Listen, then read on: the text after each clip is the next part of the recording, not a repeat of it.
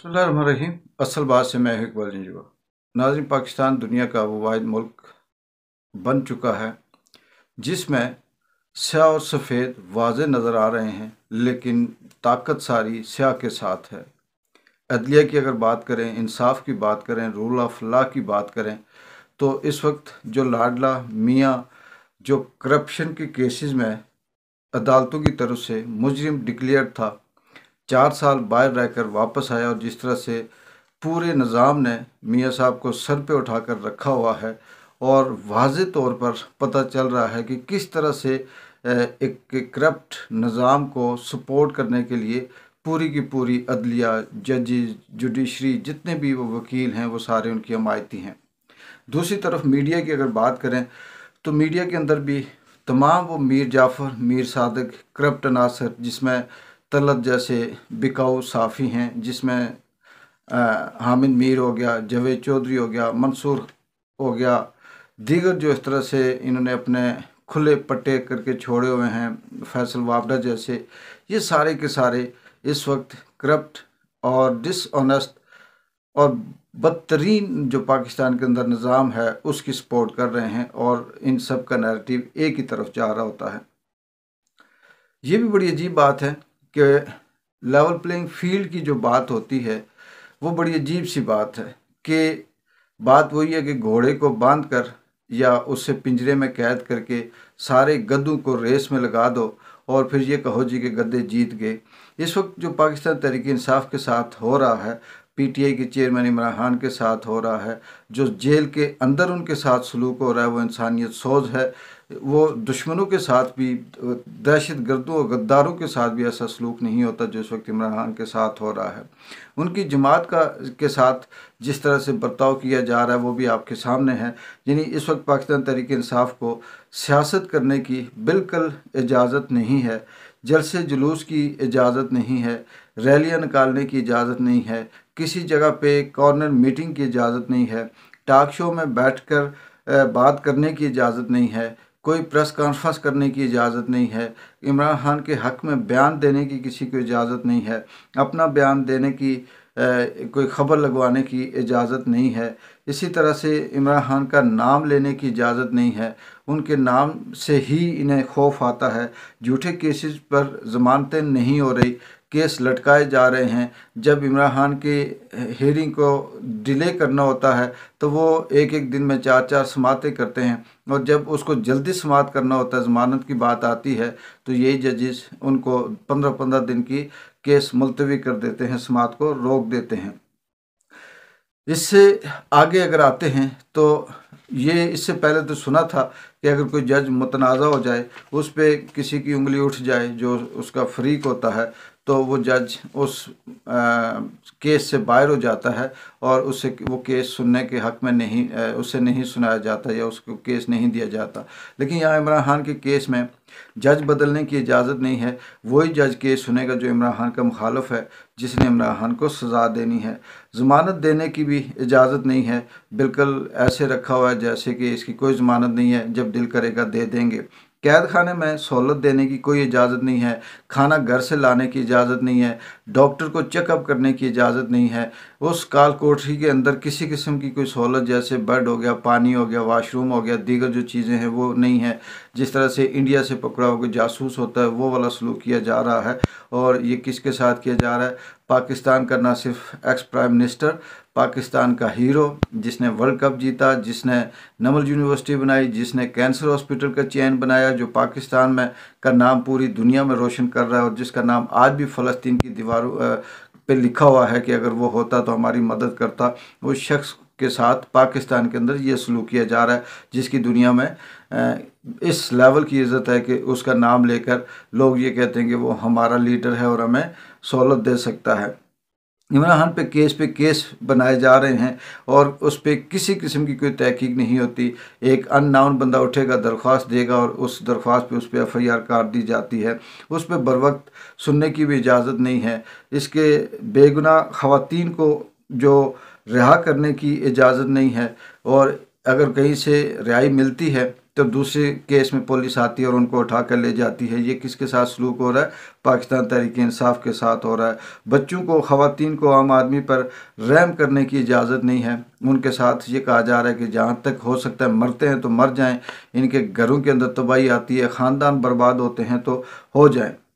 PTI को वकला को तफसील से सुनने की इजाज़त नहीं है, और अगर कोई केस किसी की हेयरिंग हो भी, समाअत हो भी, तो बाद में जज उसका फ़ैसला लिख कर महफूज कर देते हैं और वो फिर महफूज से महफूज तर ही होता जाता है। और जब आता है सामने तो पता चलता है कि ये भी इमरान खान के ख़िलाफ़ था, क्योंकि वो जब तक महफूज होता है तब तक सलाह मशवरे होते हैं और उसमें काट छांट की जाती है। पीटीआई को इलेक्शन लड़ने की इजाज़त नहीं है, और इसको जो पाकिस्तान के अंदर जिस तरह से उसकी मकबूलियत है सियासत के अंदर, उस तरह से उसको किसी किस्म की इजाज़त नहीं है। उसका जो इंतखाबी निशान है बल्ला, उसको रिमूव करने की बात की जा रही है और उस पर बात करने की इजाज़त नहीं है। और पाकिस्तान में अंदर कहा जा रहा है कि जमहूरियत है और पाकिस्तान के अंदर जमहूरी सियासत हो रही है। अगर इसका नाम जमहूरियत है तो फिर अल्लाह ही हाफिज़ है, इसे हम ये कह सकते हैं। लेकिन दूसरी तरफ पाकिस्तान के अंदर टीवी पे बैठकर सिर्फ उन लोगों को बात करने की इजाज़त है जो फैसल वावडा जैसे दलाल किस्म के लोग हों, जो तलत हुसैन जैसे बिकाऊ इंटेलेक्चुअल करप्ट लोग हों, जो हामिद मीर और जावेद चौधरी और मंसूर खान या सलीम साफ़ी जैसे बिकाऊ किस्म के लोग हों, जो इस तरह की बात करें कि जो वो बात करें उसको वो फ़लसफ़ा कहें, और जो हक़ और सच की बात हो, जमहूरियत की बात हो, उसको वो ये कहें कि ये एक साजिश है।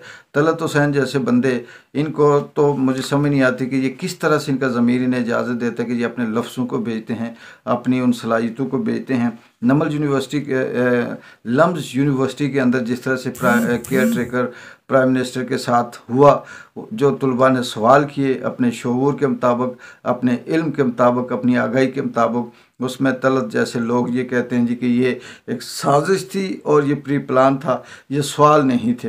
अब तलत से कोई पूछे कि सवाल क्या होता है? सवाल वो होता है जो तुम कहो, सवाल वो होता है जो मरीम नवाज़ कहे, सवाल वो होता है जो मियाँ नवाज शरीफ कहे, सवाल वो होता है जो जावेद चौधरी पूछे। ये सवाल होते हैं। सवाल वही होता है जो वो पूछा जाता है जिस तरह से मुल्क के अंदर हालात होते हैं। ये सारी चीज़ अगर देखी जाए तो पाकिस्तान के अंदर पाकिस्तान तहरीक इंसाफ को MQM की तरह बिल्कुल दीवार के साथ नहीं लगाया जाता, बल्कि उसको मिलिया मेड कर दिया गया है, उसको तहस नहस कर दिया गया है, उसका नाम लेने वाले को सजाएं दी जा रही हैं। पाकिस्तान तहरीक इंसाफ के हक में बात करने वालों की जायदादें जब्त की जा रही हैं, उन्हें अगवा किया जा रहा है, उन्हें मारा जा रहा है, किसी के बच्चे मर रहे हैं, किसी का शोहर मर रहा है, किसी की बीवी मर रही है, किसी का घर बर्बाद हो रहा है। इमरान रियाज जैसे लोग खुद जो बात करते थे उनकी ज़ुबान उनसे छीनी गई है। अशरफ शरीफ जैसे गैर जानिबदार और बहादुर नाडर साफ़ी को मुल्क से बाहर निकाल कर भेज कर कत्ल कर दिया जाता है, और फिर ये कहा जाता है कि मियाँ साहब जीत गए। फिर ये कहा जाता है कि नून लीग ने मैदान मार लिया। फिर ये कहा जाता है कि नून लीग हक और सच पे है।